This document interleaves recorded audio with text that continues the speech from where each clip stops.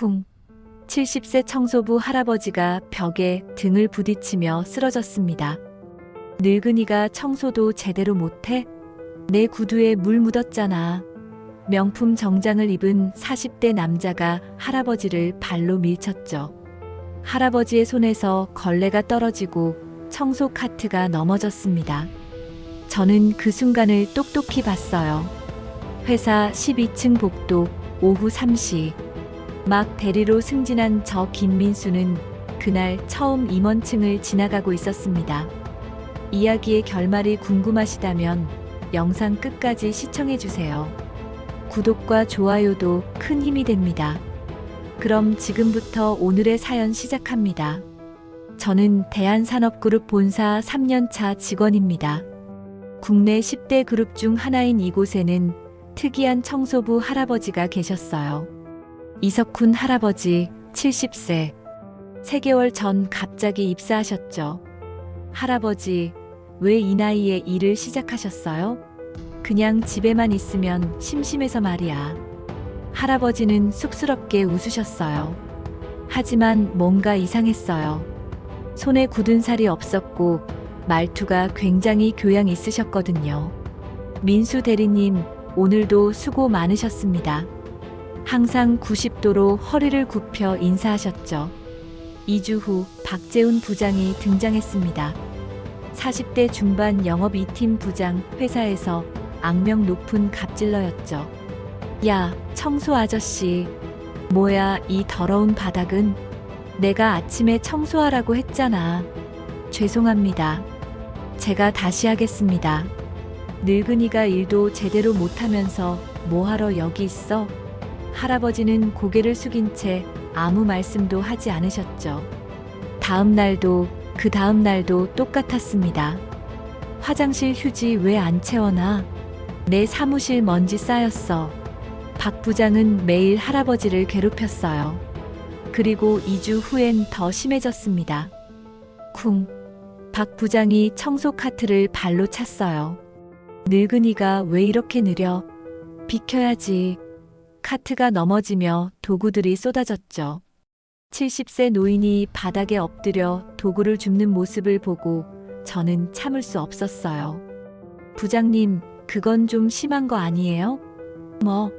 김대리, 너 지금 뭐라고 했어? 할아버지가 실수하셨을 수도 있잖아요. 야, 김민수. 너 대리 달고 며칠이나 됐다고 선배한테 말댔고야. 닥쳐. 그리고 넌 오늘 야근 확정. 보고서 10장 내일 아침까지 내 책상에 올려놔. 그날 밤 저는 새벽 2시까지 야근했어요. 왜 세상은 이렇게 불공평할까 생각하면서요. 일주일 후 결정적 사건이 터졌습니다. 금요일 오후 3시 12층 복도에서 큰 소리가 들렸죠. 야, 이석훈, 이리 와봐. 박 부장의 고함이었어요. 저는 모퉁이에 몸을 숨기고 지켜봤습니다. 뭐가 무슨 일이야? 이게 뭐야? 박 부장이 300만 원짜리 명품 구두를 가리켰어요. 내가 청소하다가 물 튀긴 거 아니야? 물 얼룩 생겼잖아. 죄송합니다. 제가 조심하지 못했습니다. 조심? 이거 300만 원짜리야. 죄송합니다. 닦아드리겠습니다. 할아버지가 무릎을 꿇으며 걸레를 꺼냈어요. 그때였습니다. 쿵. 박 부장이 할아버지 어깨를 발로 밀쳤어요.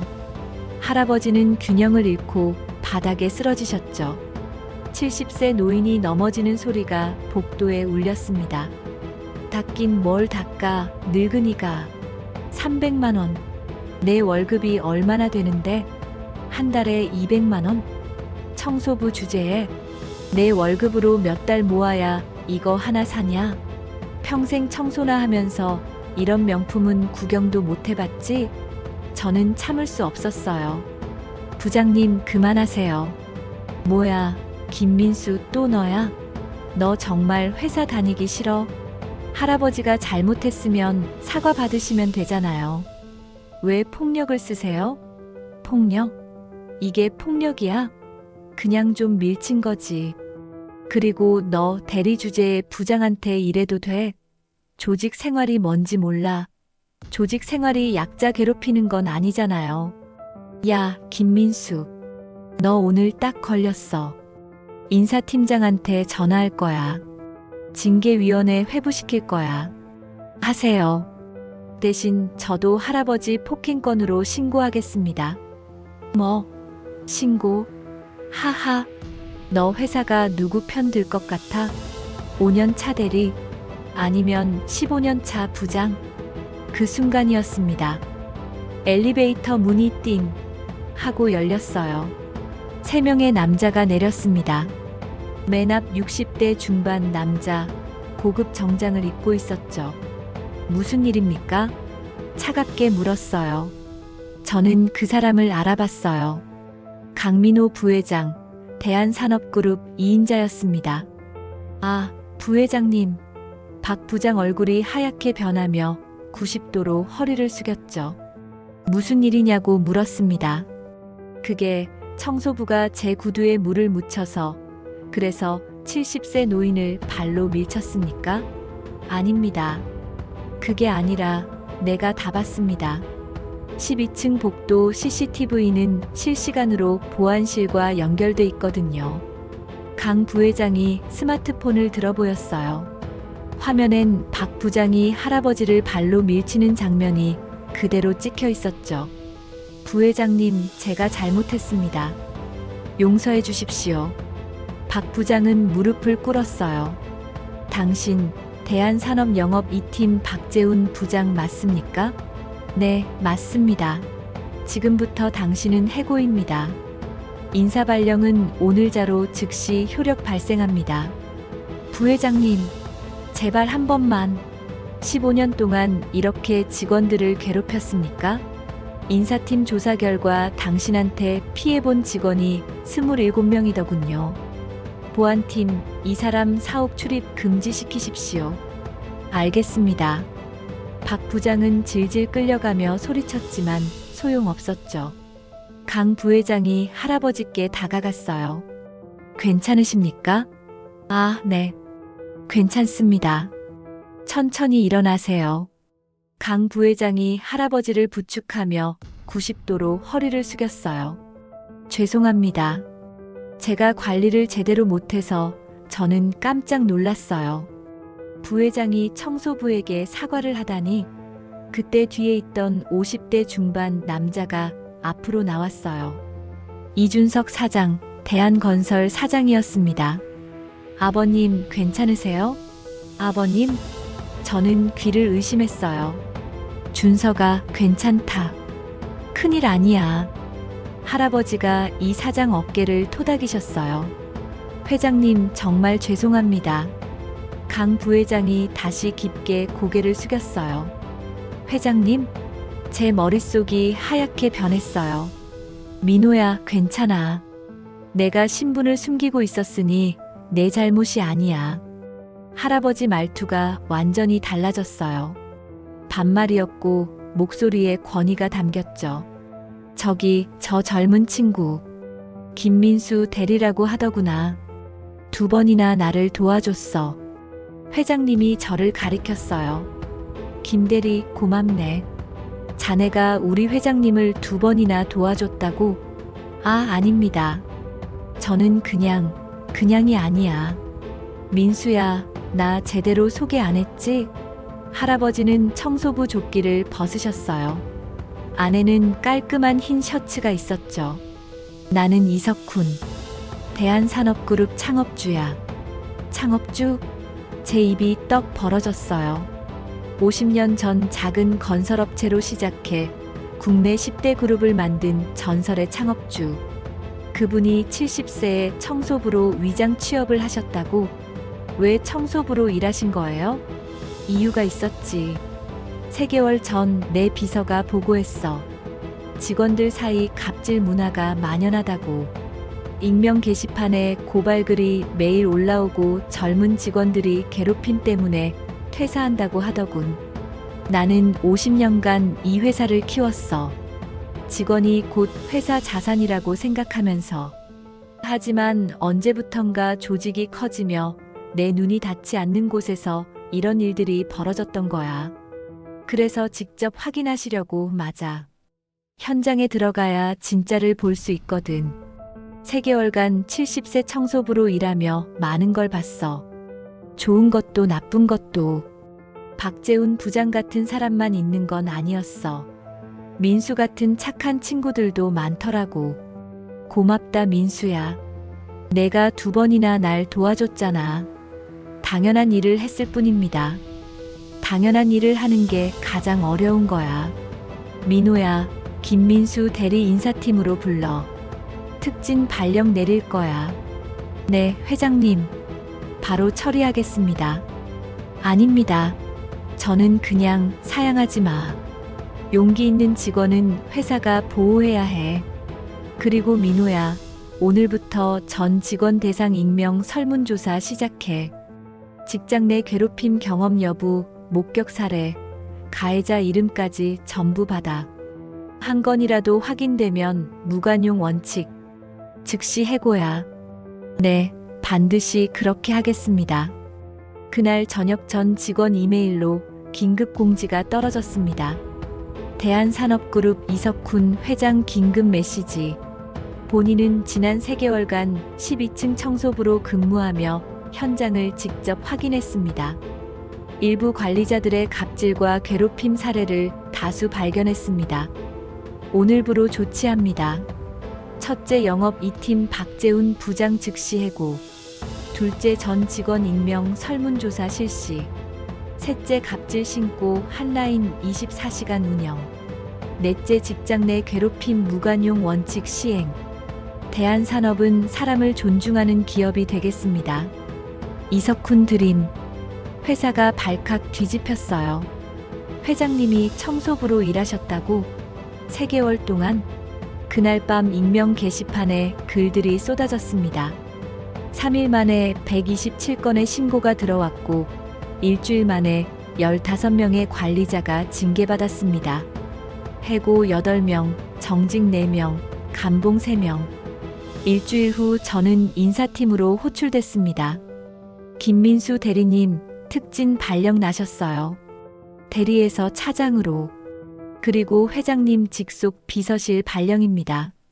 3년차 직원이 회장님 비서실로. 회장님께서 직접 지명하셨어요. 용기 있는 직원을 곁에 두고 싶다고 하시면서요. 다음 날 아침 30층 회장실로 출근했습니다. 민수야, 왔구나. 이석훈 회장님이 환하게 웃으며 반겨주셨어요. 이번엔 청소부 조끼가 아니라 고급 정장을 입고 계셨죠. 민수야, 내가 왜 70세에 청소부로 위장 취업했는지 아나? 직접 현장을 보시려고요? 그것도 있지만 더 중요한 이유가 있어. 회장님이 오래된 흑백 사진을 꺼내셨어요. 땀범벅 작업복 입은 젊은 남자였죠. 이게 회장님이세요? 맞아. 50년 전 내가 25살 때야. 나도 청소부로 시작했거든. 건설 현장 막노동부터. 그때 월급이 5만 원이었어. 하루 16시간씩 일했지. 너무 힘들어서 그만두고 싶었던 적도 수없이 많았어. 하지만 그때 한 분이 나를 도와주셨어. 건설 현장 소장님이셨지. 내가 실수로 자재를 망가뜨렸을 때 다른 직원들은 나를 혼내려 했어. 하지만 소장님은 나를 감싸주셨지. 누구나 실수는 한다. 다음부터 조심하면 돼. 라고 하시면서 그분의 그 한마디가 내 인생을 바꿨어. 나도 언젠가 저런 사람이 되어야겠다고 다짐했지. 그래서 50년이 지난 지금 내가 청소부가 되어본 거야. 그때 그 심정을 다시 느끼고 싶었거든. 민수야, 자네는 그 소장님 같은 사람이야. 약자를 도와주는 용기가 있는 사람. 과찬이십니다. 과찬이 아니야. 요즘 같은 세상에 그런 용기를 가진 사람이 얼마나 되겠어? 회장님이 서류를 건네셨어요. 대한산업 존중 문화 TF. 팀장 김민수 차장. 목표 직장 내 괴롭힘 근절. 권한 전 계열사 조사 권한. 자네가 팀장이야. 전 계열사를 돌아다니며 직접 현장을 확인해. 나를 2번 도와준 자네를 믿어. 이 회사를 바꿔줘. 그로부터 1년이 흘렀습니다. 저는 존중 문화 TF 팀장으로 전 계열사를 돌아다녔어요. 때로는 신분을 숨기고 현장 직원으로 위장 취업했죠. 1년 동안 342건의 갑질 사례를 적발했습니다. 해고 89명, 정직 127명, 경고 126명. 회사는 완전히 달라졌어요. 요즘 회사 분위기 진짜 좋아졌어. 맞아. 이제 상사들이 함부로 못해. 직원들 사이에서 제 별명이 생겼어요. 정의의 사자. 그리고 어느 금요일 오후 회장실로 호출됐습니다. 민수야, 1년간 정말 고생 많았어. 당연히 해야 할 일을 했을 뿐입니다. 당연한 일을 하는 게 가장 어려운 거야. 민수야, 나 이제 은퇴할까봐. 네? 은퇴요? 나이가 70이야. 이제 젊은 사람들한테 물려줘야지. 내 아들 준석이가 그룹 회장 물려받을 거야. 민호가 부회장으로 보좌하고. 그리고 민수야, 자네는 비서실장이 되는 거야. 새 회장 옆에서 계속 정의를 지켜줘. 나는 50년 전 청소부로 시작해서 여기까지 왔어. 자네도 3년차 대리에서 여기까지 왔고. 과분합니다. 과분하지 않아. 자격이 있으니까.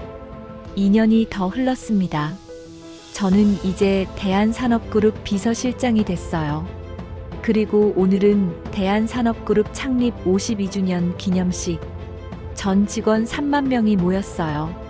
무대 위로 이석훈 명예회장님이 올라오셨습니다. 73세지만 여전히 정정하셨어요. 임직원 여러분, 3년 전 나는 70세의 청소부가 됐습니다. 그때 나는 많은 걸 배웠어요. 청소부로 일하며 진짜 회사를 봤거든요. 그리고 한 명의 젊은 직원을 만났습니다. 김민수 비서실장. 이 친구는 나를 2번 도와줬어요. 자신의 손해를 감수하면서요. 그 용기가 이 회사를 바꿨습니다. 여러분, 기억하세요. 당연한 일을 하는 게 가장 어렵지만 가장 중요합니다. 약자를 도와주고 불의를 참지 말고 옳은 일을 하세요. 그게 바로 대한산업의 정신입니다. 홀 전체가 기립박수를 쳤어요. 집으로 돌아가는 길에 저는 3년 전을 떠올렸어요. 12층 복도에서 청소부 할아버지가 발로 차이던 그 순간. 만약 제가 그냥 지나쳤다면 제 인생은 완전히 달라졌을 거예요. 하지만 저는 용기를 냈고 옳은 일을 했어요. 그리고 그 결과 회사가 변했고 제 인생도 변했죠. 오늘의 교훈은 명확합니다. 첫째, 겉모습만 보고 사람을 판단하지 마세요. 청소부가 재벌 창업주일 수도 있어요. 사람의 진가는 직업이 아니라 행동과 인품으로 판단해야 합니다. 둘째, 약자를 괴롭히는 건 비겁한 행동입니다. 힘없는 사람을 괴롭히면 언젠가 반드시 대가를 치르게 됩니다. 권선징악은 드라마가 아니라 현실이에요. 셋째, 용기 있게 옳은 일을 하세요. 손해를 감수하고라도 정의를 지키면 세상은 반드시 보답합니다. 당장은 손해보는 것 같아도 길게 보면 이득이에요. 넷째, 겸손하고 검소하게 살아야 합니다. 아무리 높은 자리에 있어도 초심을 잃지 말아야 해요. 다섯째, 사람을 존중하는 문화를 만들어야 합니다.